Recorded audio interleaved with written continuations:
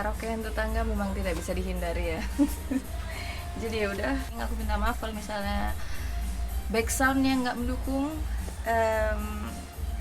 Ya nggak mungkin juga nyamperin ke sana selalu. Woi, hari ini insya Allah aku mau ngelipotin Philodendron hederaceae micans atau kita kenalnya dengan mican. Banyak banget yang bilang ini mirip dengan Philodendron melanochrysum.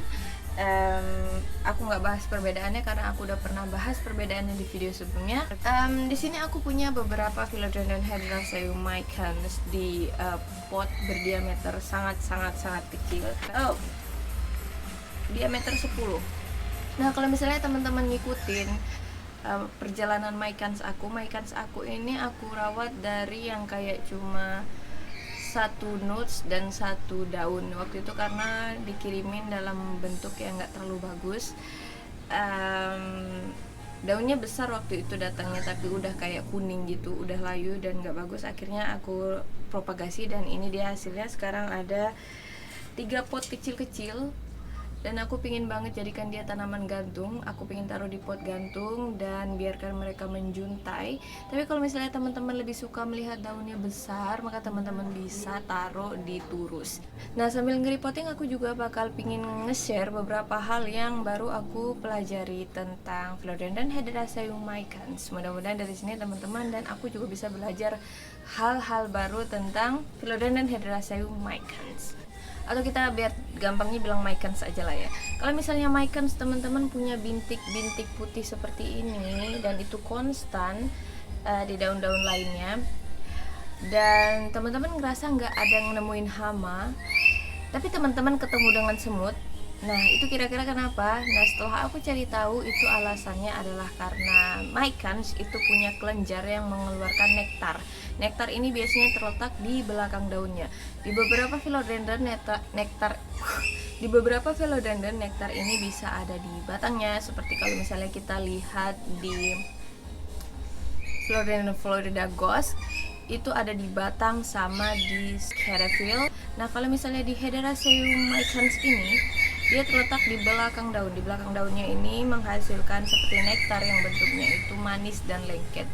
Kita mungkin nggak terlalu melihat, tapi semut tertarik dengan ini dan mereka akan datang untuk ambil itu. Nah, biasanya jejak ngambilnya itu jadi bikin seperti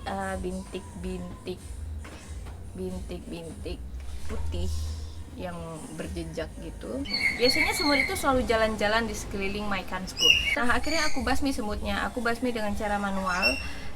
Aku usir-usir aja gitu, please deh semut jangan di sini, ini tanamanku gitu-gitu. Akhirnya semutnya nggak pernah muncul lagi, alhamdulillah.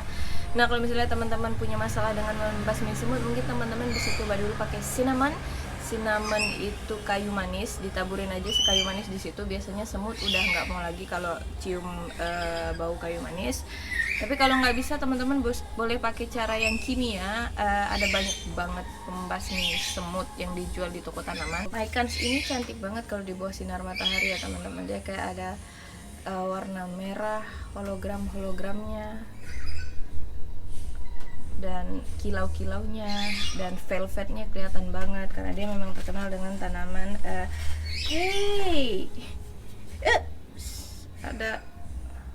Ada laba-laba, ada belalang kecil di sini.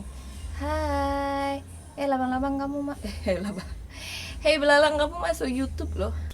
Dia sebenarnya aku udah notice udah beberapa. Dia joget-joget dong. Dia joget-joget. Joget lagi.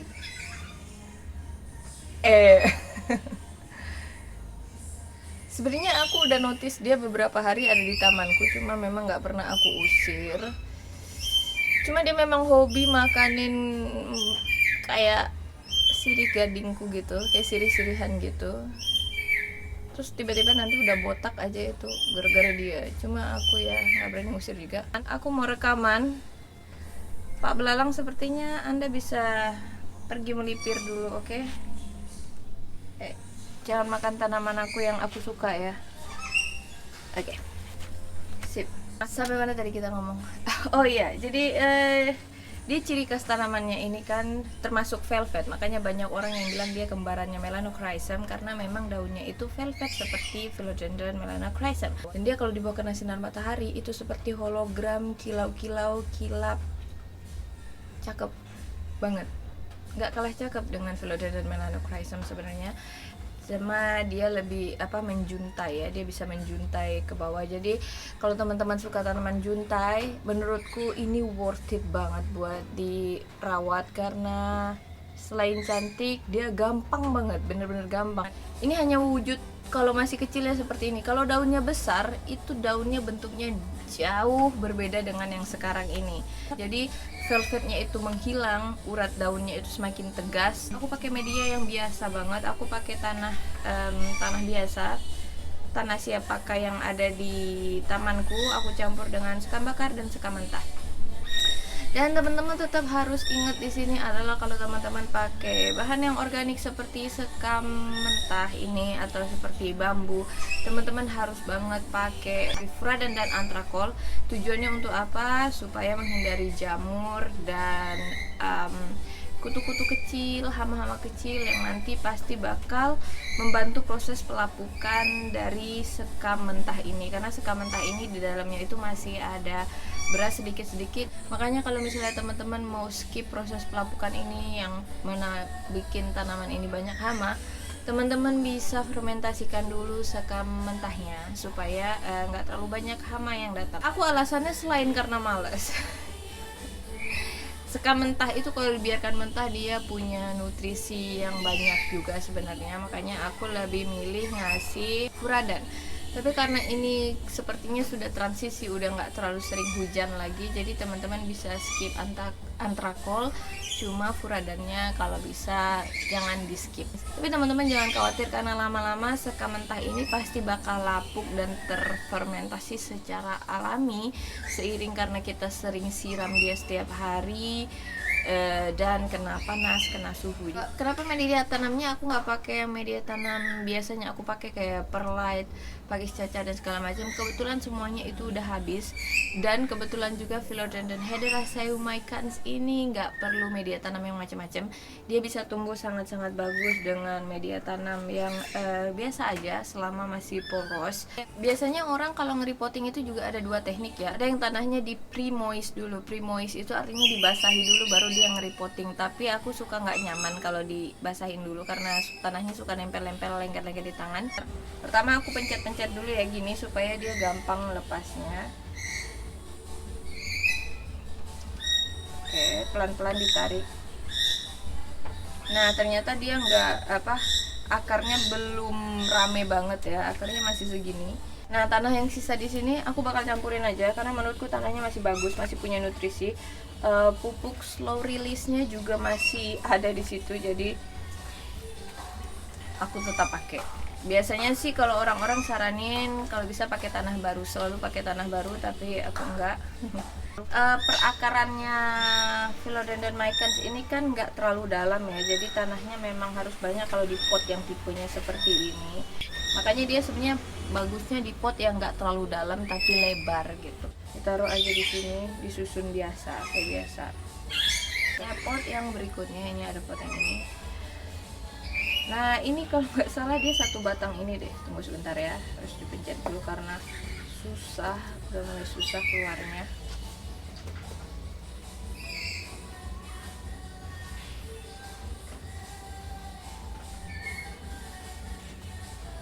Nah ini juga akarnya ternyata masih segini. Oh ini sebenarnya sudah ada beberapa tunas ya di sini tuh. Nah kalau nggak salah tuh ini dulu yang aku propagasi tanpa daun. Karena supaya satu pot rimbun itu tipsnya selalu seperti itu ya. Kita tanam banyak pokok, bilangnya pokok ya. Kita tanam banyak pohon di dalam satu pot sehingga dia bisa sangat-sangat rimbun. Jepit rambut buat aku propagasi dulu. Biasanya kan aku kalau mau propagasi tapi nggak mau ngekat langsung, aku taruh notesnya, akar udaranya ke dalam akar di sebelahnya lalu dijepit pakai bobby pin atau jepitan rambut yang tadi, supaya nanti kalau dia sudah berakar biasanya aku langsung gunting aja, tinggal gunting aja. Itu menurut aku cara paling aman dari propagasi tanaman-tanaman gantung yang kayak gini ya. Untuk pot lagi yang ini, seperti biasa kita pencet-pencet dulu kayak gini. Sebenarnya kalau misalnya teman-teman punya tanaman yang udah nyatu sama tanahnya, yang kalau diangkat gitu tanahnya masih membentuk, itu lebih bagus lagi. Aku biasanya kalau nge-repotting itu aku nggak pernah ngehancurin bentukan tanahnya, itu aku biarin aja. Selama tanamannya nggak ada masalah, aku biarin aja bentuknya seperti itu. Ada 3 pohon di dalamnya. Di sini kalau teman-teman bisa lihat, di sini ada 2 akar yang kayak udah hampir stabil. Aku pingin aku pingin tanam ini supaya nanti tinggal aku gunting kalau mereka sudah tumbuh. Karena bentuk akarnya udah bagus banget soalnya. Oke, selesai. Ini dia.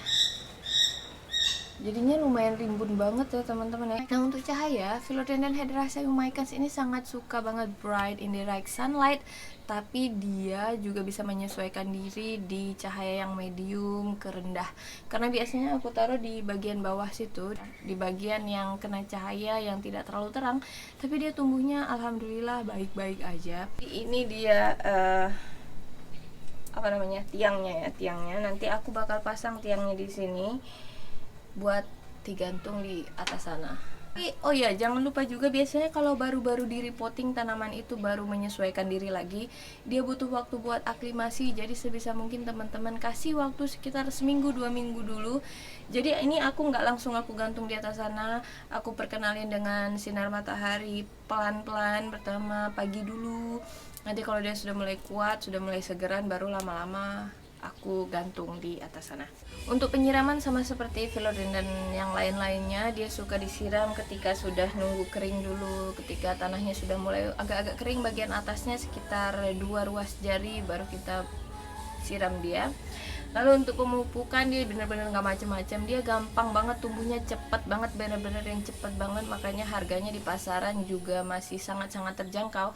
Untuk pupuk aku paling suka sejauh ini yang udah aku alamin yang bagus di tanaman dan tanah ya, bukan cuma di tanamannya aja kerasa bagusnya, tapi juga sampai ke tanah-tanahnya, itu adalah menurutku guano. Tapi kalau teman-teman mau cobain yang lain yang organik, teman-teman bisa cobain worm casting.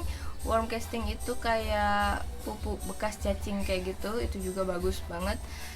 Kalau misalnya nggak ada, aku juga biasanya pakai yang lumayan bagus dan nggak harsh ke tanaman, itu seperti Dekastar atau Osmocote. Aku pakai yang kalau nggak salah 17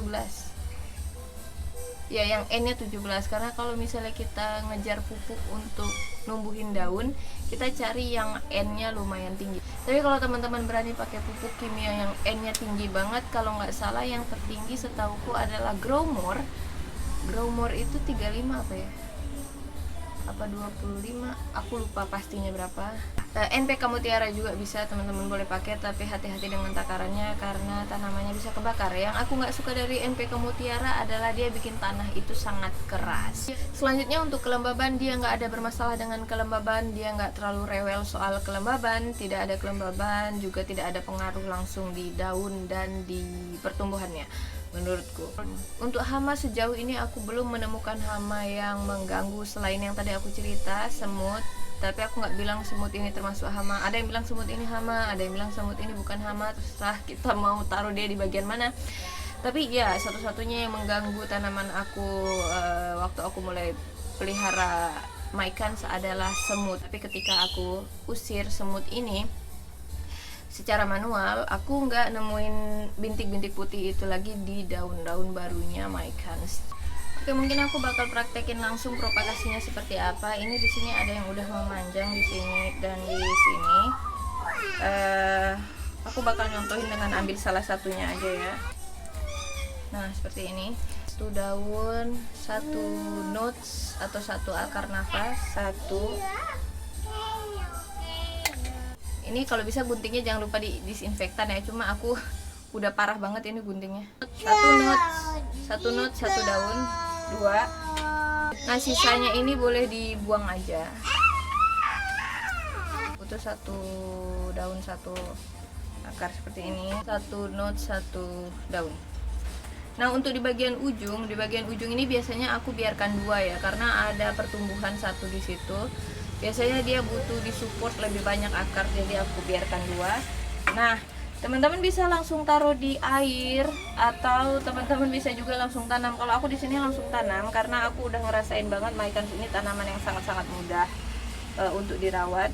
Hal yang lain yang perlu teman-teman ingat adalah jangan dikubur terlalu dalam ya, karena nanti tunas barunya itu susah keluar. Karena aku ngalamin juga dengan Philodendron Brazilku itu, aku tanam terlalu dalam, yang mana akhirnya dia jadi lama banget tumbuhnya. Terus karena lama banget tumbuhnya, aku keluarin sedikit, bener-bener aku tanam di permukaannya doang gitu, dan dia tumbuhnya langsung cepet setelah itu. Selama akarnya udah tenggelam itu udah cukup, jadi nggak usah sampai batang-batangnya ikut tenggelam ya. Teman-teman nggak usah khawatir ya, di Indo bekas potongnya ini, dia insya Allah bakal tumbuhin tunas baru secepat yang dia bisa. Ini aku motongin sisanya doang, sisanya itu nggak bakal numbuhin tunas di sana, dia bakal numbuhin di notes sampingnya. Aku tinggal siramnya biasa aja seperti biasa. Jangan lupa dipastikan lagi potnya berlubang. Di sini potku sudah aku pastikan berlubang. Dan cuma di sini ada tutupannya, jadi airnya bakal nampung di sana dulu. Oke, itu tadi dia video tentang Philodendron Hydraceae mycans. Terima kasih sudah nonton, terima kasih sudah like, terima kasih sudah subscribe. Aku minta maaf kalau misalnya aku salah ngomong, aku juga masih belajar. Semoga video ini ada manfaatnya buat teman-teman. Have a nice day. Assalamualaikum warahmatullahi wabarakatuh.